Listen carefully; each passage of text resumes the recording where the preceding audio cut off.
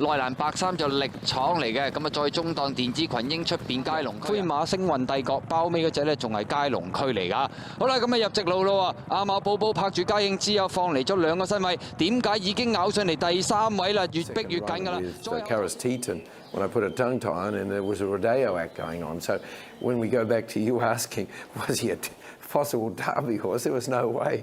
I was thinking we might have bought a Rogue at the time when he did that rodeo act out of the gate.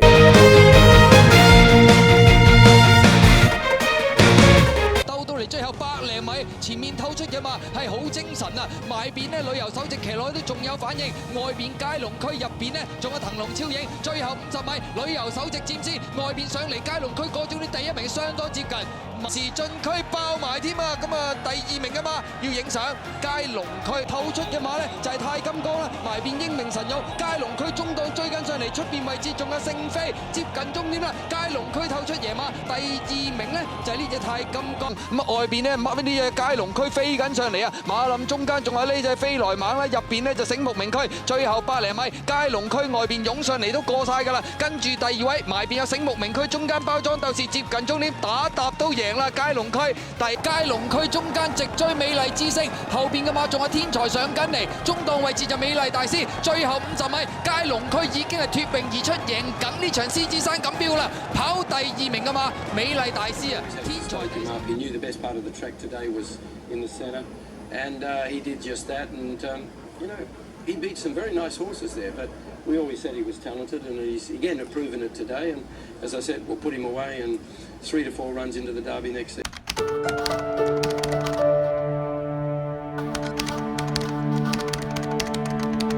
最後100米，中檔有得威，入邊威力村內欄就飛來猛過終點第1名，有得威贏。咁啊，再見到喺個馬林中間捐嚟捐去藍帽嘅啫，就佳龍區揾緊位衝㗎啦。再喺外邊，美麗傳承亦都上緊，綠色衫就係巴基之星，再後邊就四季王，鬥到嚟最後200零米，佳龍區喺中檔鬥出，美麗傳承進佔第2位，出邊有四季王上緊，入邊巴基之星咧同埋聖德威。接近終點，佳龍區呢就輕鬆贏馬。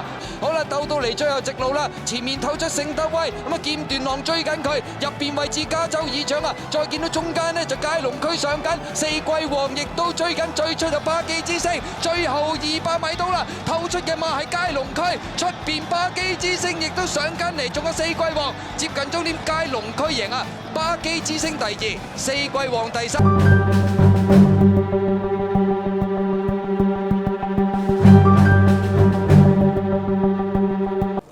Definitely went up to another level in ability-wise. He has improved so much.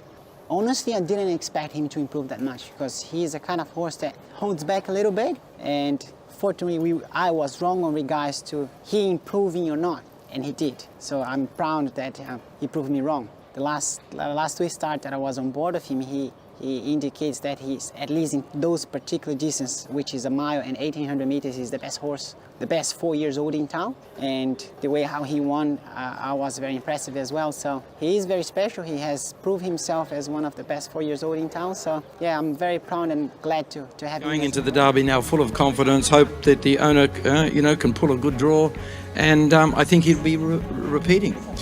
The draw aside, he seems very professional. He relaxed today, and that obviously helps again with an extra 200 metres coming up. So there's no doubt in your mind about the 2,000 metre trip. No, there's not, because he's got gate speed. As I said to Joe, I want you right behind the speed because I just don't know what's going to transpire with respect to the speed. It turned out that it was right on from the start.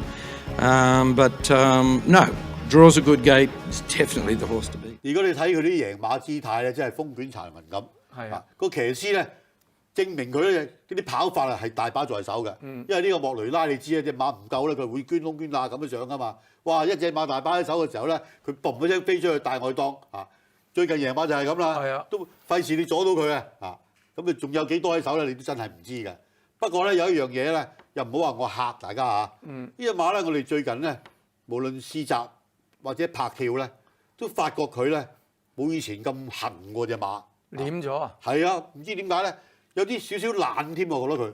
個佳龍區如果話你話今屆3甲不入都幾難想像啊！因為以佢近2場嗰種咁嘅爆發力，呢場係冇乜快馬嘅，我估真係有機會出隻4歲3冠。路勇區啊，第5位啦，藍生佳龍區不敢怠慢，一路壓住個2搭啊，再後邊嘅馬呢，仲見到美麗傳承啦，後啲呢，先見到位黃衫紅帽嗰隻呢，就係起黃布，揈出去追嘅馬有大紅圖英雄嗰啲馬，響馬林博位綠色衫巴基之星，好啦，最後300佳龍區已經突圍而出，後邊嘅馬有美麗傳承，中檔呢，巴基之星殺緊上嚟個勢都好勁啊，入邊位置仲有呢，就係呢4季王兜到嚟最後100厘米，佳龍區佔先，巴基之星撻着咗追緊上嚟，今年打比邊隻啊？佳龍區贏啊，第2名巴基之星，第3名。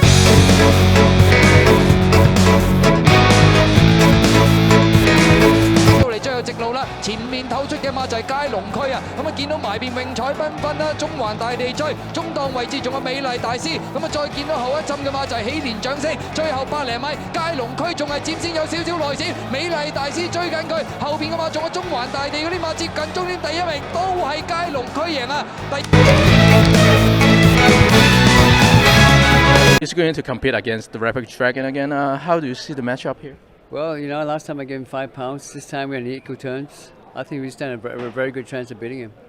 內欄尾二咧，咁啊藍衫嗰隻就佳龍區啦，跟住佢前面嗰隻美麗大師嚟跑噶啦，出邊心意傳達啊！好啦，咁啊走到800喎，有啲變奏咯喎，嗰隻咧咁啊極地風暴咧頂唔住啦，走咗上去前面放嘅，跟住第2位榮彩繽紛啦，中環大地第3位美麗大師跟得輕鬆啲，第4，哎呀佳龍區收停咗啊！